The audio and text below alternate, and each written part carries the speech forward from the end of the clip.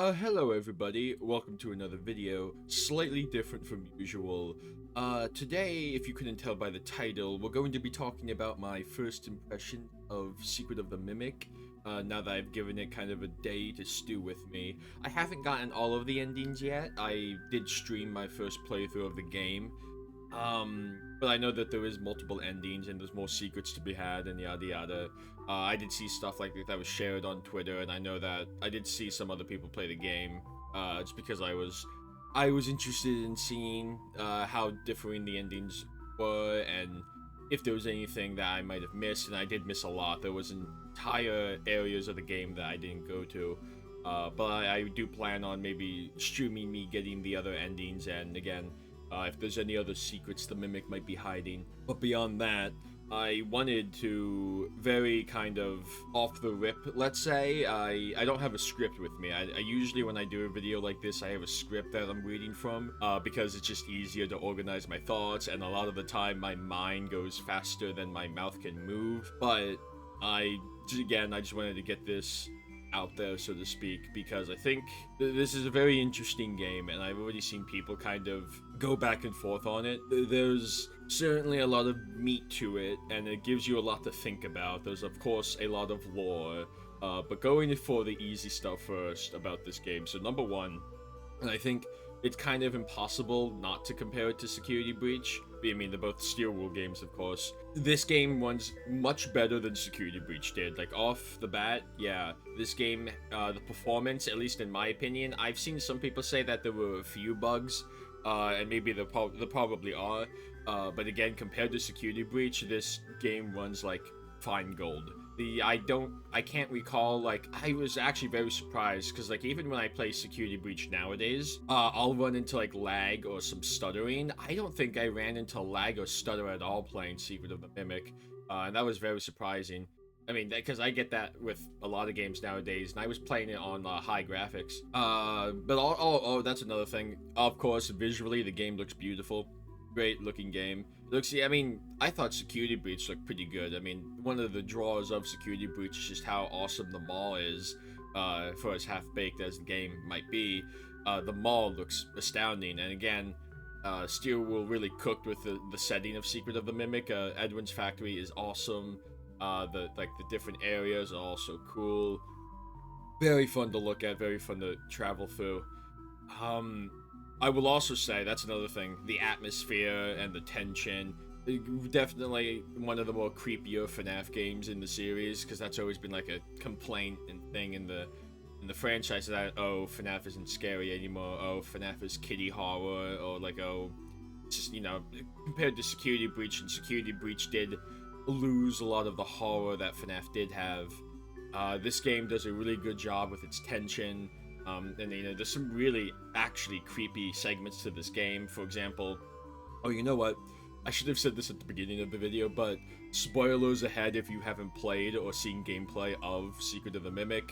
We're going to go into some spoilers here, but there's your warning. 5, 4, 3, 2, 1. Okay, spoilers ahead. Towards the end of the game, there's that Tiger Rock section where it's completely dark, basically. And you have to go into, like, these areas of light, and I'm not sure how he moves yet. I want to say it's kind of like a Weeping Angel from Doctor Who, or SCP-173, where if you look away from him, he moves. I'm not sure how accurate that is, though. I think he just moves very fast in the dark, and that's why you have to go to the areas of light. But, I mean, even when I was playing it, I don't want to take my eyes off him anyway, so...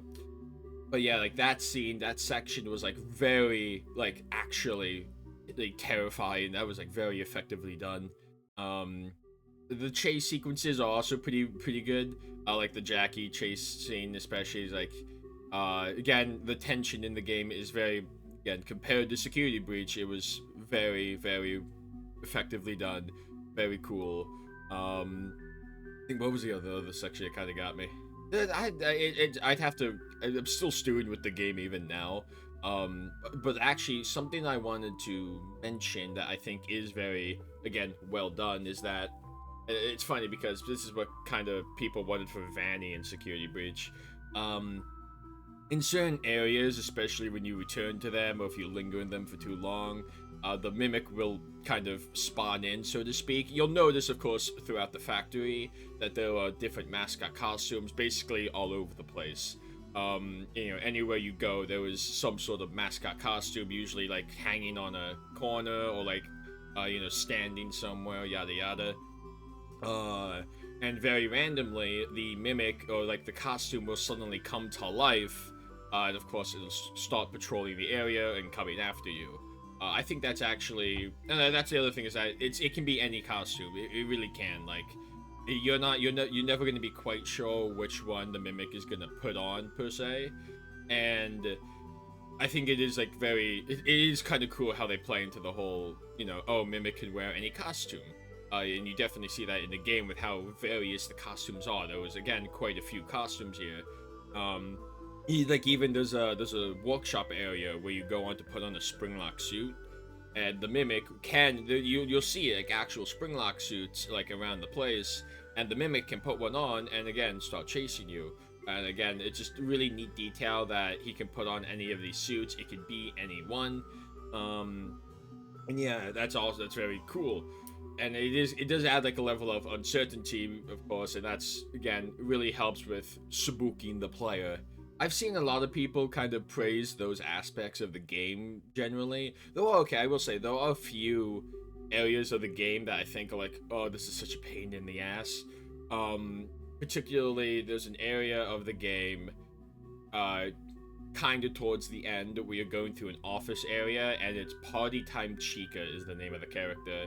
It's like like the mascot costume version of Chica, and she has roller skates and she slides around, and there's these like cupcake guys that if you get near them, they kind of go off, and there's sound sensors, oh, that sound plays, now she's gonna come towards you. There's lockers that you can hide in. However, I don't even think this is necessarily a bug, more of maybe like an oversight or whatever that they could probably easily tweak, and I hope they do. But there is a chance of when you hide in a locker that, if the animatronic is right behind you, it's most likely gonna jump scare you anyway. But with Chica, it's like she'll be, like 10 feet away from me, and she won't even have noticed me yet. And I'll set the sensor off. I'll hide in the locker, and then as she comes over, because of those roller skates and how she kind of slides to a stop, she'll kind of slide towards the locker and like kind of like clips through it per se, and then I'll get jump scared because she, kind of not even purposefully slid into the locker, and that's very fucking annoying. And so that segment of the game was such a pain to get through. And that's like, oh my god, I just want to get over with this. But, there's... That wasn't too much. It's like, that was probably one of the few areas of the game where I'm like, ugh. I didn't really care for it. The other section, I'm like, kind of... I didn't hate it, per se, but it was kind of a little annoying, too, was, like, the latter half of the dolly section. Because... maybe there's a secret to it that I just never found out, but the whole generator thing is kind of a pain to do as well sometimes. It's not a bad mechanic. I actually kind of like how the game does... So, okay, context. If you're not on controller, if you're playing like on PC or keyboard or whatever, the way you operate or do things in this game is you actually have to physically move your mouse. So, like, if you're pulling on the generator string, you have to move your mouse, like, back and forth very kind of repeatedly, at least. I don't know if rapidly would be another word, but I'm not sure if that's even accurate. Like, again, I never really mastered how that works. Or, like, when you're using your, what was it, data diver, I think it's called. It's kind of like the Faz wrench, but a little more. It's like, throughout the game, you get levels of security, and that's what you use to, like, upgrade your security. It's like you put it into stuff, you have to like actually turn it, and yeah, that's how you do a lot of stuff in the game.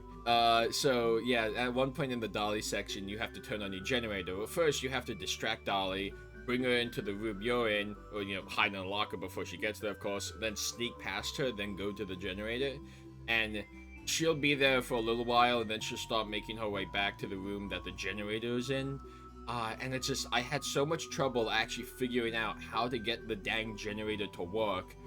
Again, I don't know if there's a secret to it, or if it's kind of just, oh, you know, if gotta really give that thing a tug. But yeah, that was like a slight pain to do. That's, you know what, another thing as a side note, because I really vibed with the music during the Dolly chase section.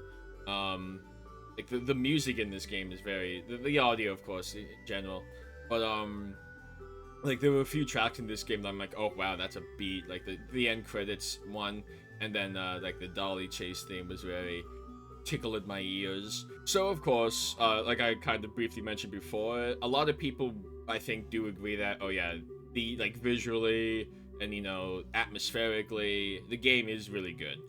You know, I think again it runs very well. Where the controversialness, there's probably a better word not coming to mind right now, but like where the divisiveness, there you go, where that comes into play, of course, is the lore, which, go figure, it's a FNAF game, that's kind of par for the course. You know, every installment nowadays, it's like, okay, well, this tips something on its head.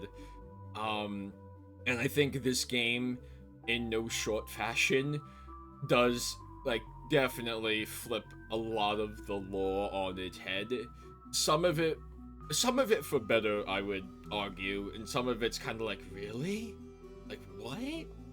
And yeah, like, this is, definitely a divisive game, and FNAF Twitter, and like, a lot of the Discord servers I'm in, like, really, it's gonna take a while for people to really stew with this game too, and really make heads or tails of a lot of it.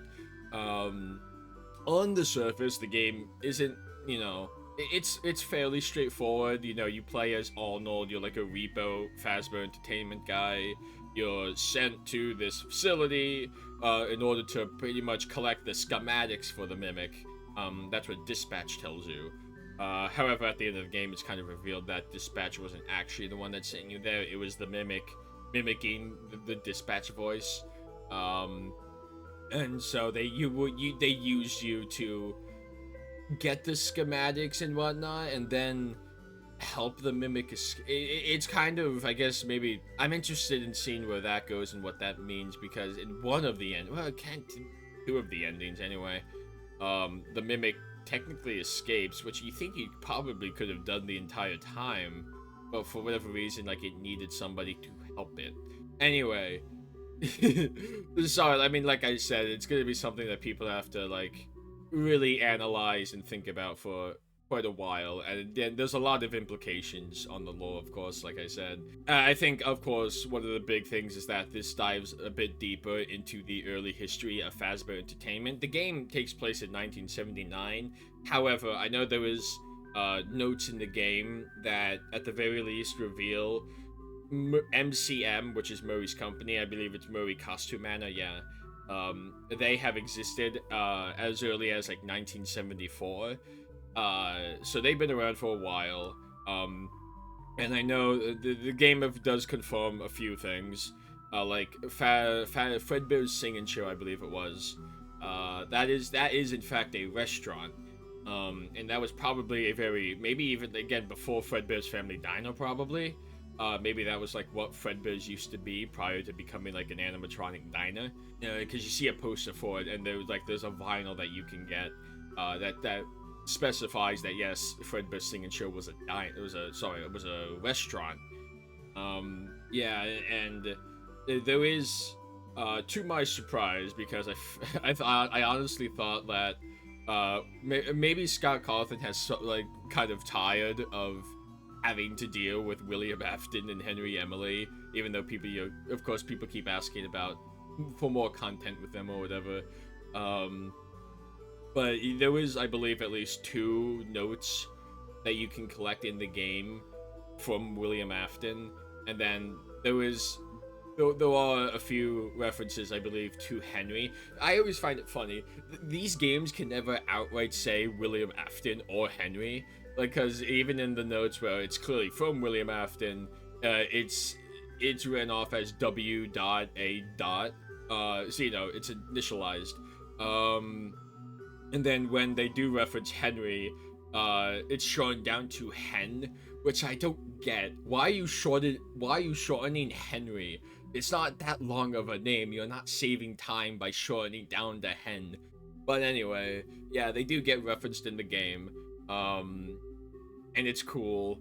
However, it does paint Henry. I mean, the whole game. I mean, this is kind of just a running theme of the most recent FNAF games in general. Fazbear Entertainment, not a good company. I saw a meme on Twitter. I don't know who posted it, but it was very funny because there was like maybe like a subplot in the game that, again, because it goes into, you know, Fazbear Entertainment's earlier history, where of course Edwin's going all through all this pain and grief of losing his family. Meanwhile, Henry and William Afton, how bad can I be? I'm just doing what comes naturally. How bad can I be? And that's funny to me, because yeah, I mean, it really does come off as that they were just trying to grow the thriving business.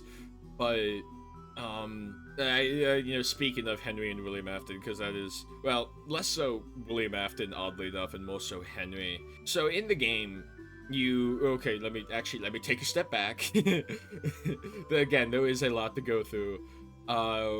Edwin has a wife, and her name is Fiona. And taking another step back, for those who don't know, a lot of aspects and story elements in Secret of the Mimic are inspired by or directly derivative of the Tales from the Pizzaplex story, The Mimic, and generally just Tales from the Pizzaplex in general. Sorry. And Edwin was a character in those books. And again, if you don't know, Tales from the Pizzaplex, it came out around the time of like Security Breach, and all the stories were like, but most of the stories anyway, centered around something in the Pizzaplex. And of course, like, those books give a lot of context to the Mimic and the Mimic's origins and what the Mimic is, yada yada. And Edwin did build the Mimic. And the whole thing about the Mimic is that it can fit into any costume, it can mimic people's voices, and it imitates what it sees. That's a big thing. It's like it's a learning AI program. However, I think even just briefly, the story of the Mimic does say like Fiona died, I believe in childbirth it was, and then later on, of course, after that's another thing. So in the books, Fazbear Entertainment buys out Edwin or his company. And Edwin doesn't have like a workforce or anything. He works by himself in his factory. And he builds the Mimic to watch over David. And then at some point, you know, I think while Edwin is busy working, David is playing with his ball. He runs out into the road, like, you know, like the infamous song says, "There is a car, and it is going to hit me." Yeah, and so that happens. And David dies, and Edwin is, you know, so distraught and grief-stricken that he takes it out on the Mimic, after, like, because the Mimic, again, it imitates what it sees. It was doing things that David would do, and then Edwin got angry, beat it up, and that was its first taste of violence. And that's where it got the idea to kill people. And again, it is a similar, in Secret of the Mimic, it is a similar plot thread. However, there are major differences, and that's where a lot of people are, like, either kind of not happy or kind of it's unfortunate, maybe. I don't know, it depends on who you are, right?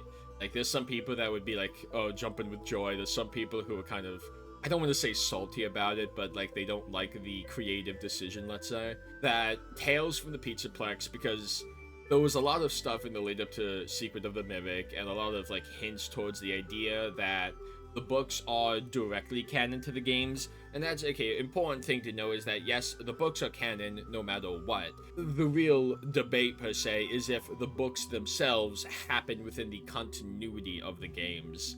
And that's always, like, the big distinction that is important to make. So yes, the books are canon, very clearly. I mean, like, these elements and story stuff, sorry, brain malfunction. This was stuff that happened in the books, or was, like, very, like, oh yeah, this is very inspired by that. But for better or for worse, Secret of the Mimic does kind of, I don't want to say deconfirm, per se, but it does very concretely, I put it that way, Tales from the Pizzaplex does not happen in the game's continuity.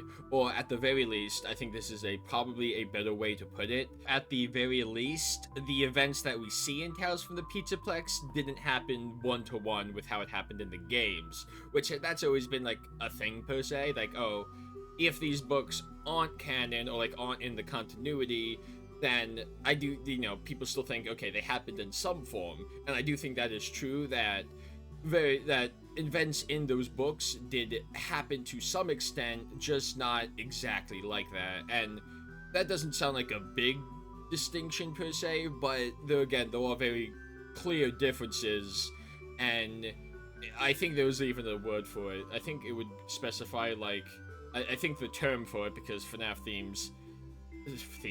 FNAF theories have, like, the silly names. Tales Reboot is one that people will have tossed around, like, the games are going to take from Tales, but they are, again, it's not going to be one-to-one, and it's going to be more so adapting those elements into the games themselves to make them canon. And I think that is maybe, like, the route that they're going. And now, tying it back to what I wanted to say before, Fiona's, like I said before, English. Fiona in the books died in childbirth very early on, so she wasn't around when Edwin was, like, working in his factory. But in the games, she very clearly is alive and well as Edwin is working in his factory, as he has, he's making all these projects, working for Fazbear, and again, his wife is alive for a while, and we learn in the game that she actually died when she went to Fall Fest, which we're not told, from what I gather. I don't know if there's, like, something more in the game. We're told that she died at Fall Fest because of, presumably it was, like, a fire. Sorry, I'm trying to find a way to, what am I saying? Sorry, it's just a lot to go through, and I'm not even sure what points I'm trying to make again. Oh, right. So we do learn that, number one, Fiona, and again, this all lends credence to the fact that, and I do think it is fact, that Tales is not, again, I hesitate to say not canon, but it's not in the universe of the games. Fiona designed Party Time Chica, which I mentioned before, and Party Time Chica, funnily enough, and I was very surprised to see this one, the Chica's Party World gets mentioned. I don't know if it gets mentioned more than once, but I do remember finding a message relating to it. And Fiona designed Party Time Chica, which implies that Chica really was the first, which makes that whole UCN line very funny. I still think that line's referring to Susie, but also it could maybe literally be referring to the fact that Chica was, in fact, like, the first character of the Fazbear band that was created. We get that, but not only that, Fiona also designed the classic animatronics, i.e. Freddy, Foxy, Bonnie, and Chica. She sketched up those designs. Fazbear Entertainment approved them. I forget the exact lines, but, like, they even approved of the mock-ups, like, say, I think, or like the prototypes, maybe, I don't know. But then when it came to, like, finalizing the project, Henry started asking for changes to be made to the animatronics.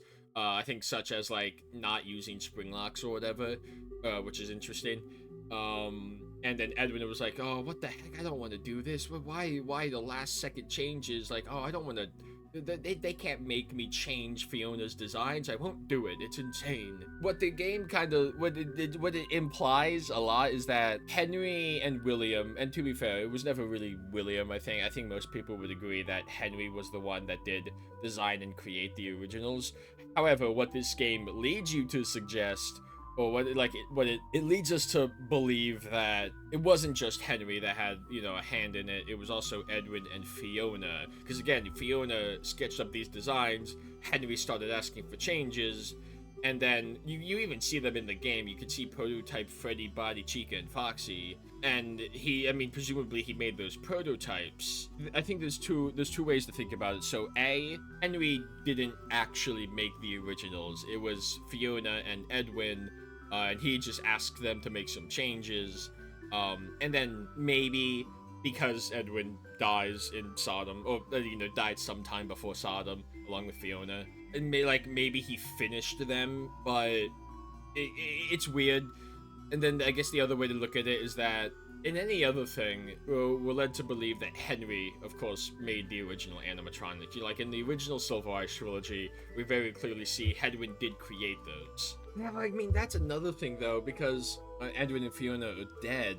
Like, I mean, you could fathom that Fazbear Entertainment did send more people after Arnold to like collect stuff in Edwin's factory, like, and then maybe they possessed they repossessed the animatronics that we see at the end in one of Sodom's endings, where the prototype animatronics for Freddy Fazbear's. That's another thing. We literally see a prototype version of the restaurant itself, as in like the FNAF 1 location.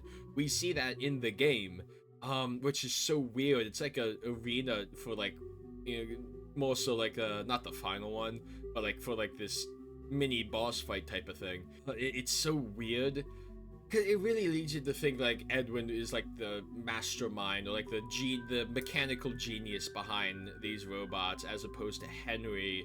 And I know, because I did have like a slight debate with somebody over it. Again, you could fathom that more so Edwin and Fiona made up like the mock-up prototype versions, and then Henry actually made the finalized product.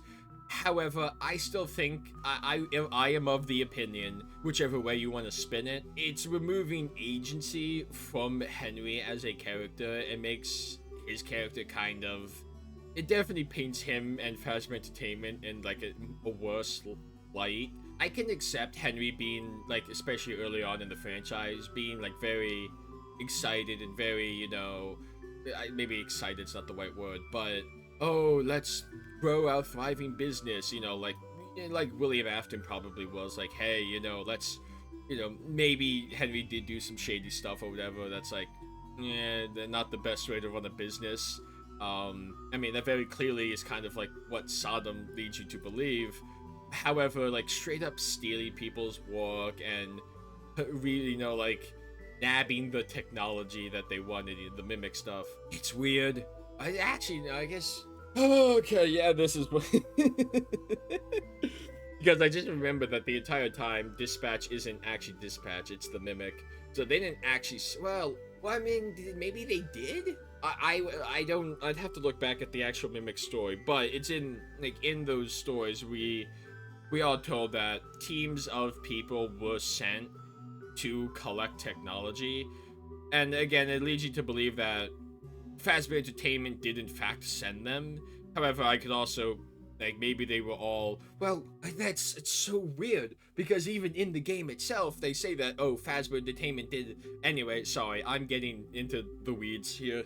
But yeah, so again, it all leads back to the idea that this game toys around with a lot of the early timeline, and I hesitate to say retcon, but it does.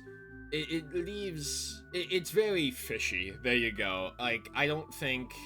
Again, no matter what way you put it, it does take away some agency from Henry as a character. I've seen people say Henry character assassination, and I do think that is kind of accurate. I wish we actually got like a note from Henry or something. I don't believe we do. We just hear him like reference like Edwin referring to him. It's weird. It's like, I think, at the end of the day, it is just very weird, and it's one of those things that, like, maybe there is a better way to put it, and, like, maybe it's not as bad as I'm making it out. I don't even think it's bad, because that's the thing, is, like, this game is very nebulous, I think. Like, this game leaves you with a lot of food for thought, as you can clearly see.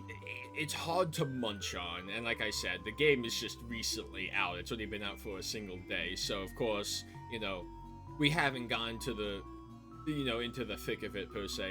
It's going to take a while for people to really scavenge through it and yada yada and make heads or tails. And this again is just like my first thoughts, first impressions, and whatnot. Is there anything else? Not that I mean, there's more. God knows there's more. But like anything else that comes to mind. You know, let me say this. So I don't know if I said it before, but I do really like the game. Of course, I think it was a very enjoyable experiment. Experiment? Oh God.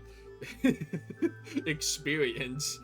And I'm excited to get back into it to like get the secrets and whatnot. The secrets. That's it. The name's really funny because it's Secret of the Mimic, and you could figure that, yeah, maybe there's a few secrets here and, you know, a few revelations, but what secret were you referring to, title? Like, you got a few here. Like, which one am I trying to actually find? I would probably put it in like my top 3 FNAF games. So top 3 for me would be Into the Pit, Help 1 and 2, and then Secret of the Mimic. Within top 5 though, I think Five Nights at Freddy's 4 is very underrated. Besides the point though. The other thing I want to mention, sorry, I completely forgot. So yeah, I kind of breezed past it, but Edwin is dead, or at least implied to be dead by the time of Sodom. He gets attacked by M2 or whatever. That's okay, I didn't even... Okay. Yeah, so there's 2 versions of the Mimic, by the way. The first one Edwin makes is actually... Yeah, no, the first one Edwin makes is kind of a babysitter for David. And that is... It actually mimics his wife, his dead wife, Fiona. He kind of makes her... I don't want to say makes the Mimic in her image, per se, but she mimics her voice, and, you know, she takes on that sort of motherly role, so to speak. But then, at some point, I believe after David died, she urges Edwin to make another version of the Mimic, M2. And he does do that. He makes a second Mimic. Okay, so that's the thing. I do think the second Mimic that we see in Ruin, that is the Mimic that's M2. That's the Mimic 02. And that's the one we see in Ruin, and it's the one that also chases us throughout the game, I believe. Oh, that's another thing. So, at some point, Fiona is like the Mixus machine from Ruin. I don't know if it's the same one, but it looks like basically the same. We see a machine like that in Sodom, one of Sodom's endings, and it is Fiona. So Fiona is like an artificial intelligence now. It's implied that she has been mimicking Dispatch throughout the entire game, leading us through the facility and whatnot. I'm trying to piece it together in my head as I'm sitting here, and I think I've gotten like a good gist of what the story is getting across, but it's hard to put into words. Let me say this, so let me put it like this. Edwin is most likely dead. He was attacked by M2. He was asking M2 to help him, but M2 had started mimicking Edwin. You see it in like the tape that he's mimicking Edwin's voice and kind of mannerisms. And in the game, it's also kind of implied that he's like Mimic 02 is mimicking Edwin and David, which I think that was the idea, is that Mimic 1 wanted Edwin to make another Mimic version, but that one would kind of like mimic David, and so the family would, you know, it would complete the family, like repair the family and whatnot. I don't think that necessarily worked how he wanted it to. Oh, and that's the other thing, it's that Mimic 02 is the one that Edwin had like a freak out over. He beat it up, and, you know, it got its first taste of violence. Like I said, it's not like the story's bad or anything. It's just like the wider lore implication. Like, actually, if you think about it, the fact that, you know, this poor guy, Edwin is another example of, you know, piss poor fathering in Five Nights at Freddy's. He's not the worst, you know, compared to like William Afton and even Henry, especially how this game paints Henry. You know, he's not bad, but not the worst guy ever. But he does, you know, he makes some bad decisions, and he's stubborn, he's obstinate, you know, he's not the easiest fella to work for and whatever. But yeah, like, the story is, you know, like, oh, this poor guy that he loses his wife and he replaces her with a robot, and then he loses his son and he replaces her with a robot. And then at the end of the day, the entire family gets replaced by these mimic robot things. I saw like, a tweet that put it decently is that the original story of Five Nights at Freddy's, like the Scott Cawthon games, that was about the Afton family. This new story is about the Murray family, and I do think that's the case. I'm wondering because Tiger Rock was in the game. Tiger Rock is very kind of Golden Freddy-esque, and I think throughout the game, I believe you can hear like whispers and voice lines that is like the mimic mimicking David, like "You are my only friend" and stuff like that. I do believe that was the mimic mimicking David. Maybe I think that's the thing, is that I wonder if there is something paranormal happening here. Because how Tiger Rock acted in the game was like, again, very Golden Freddy core. Like you'd even get like flashes on your screen of Tiger Rock's face. So that was weird. Again, like maybe it's like a crying child situation where his like David's agony is haunting the story or like this place, whatever.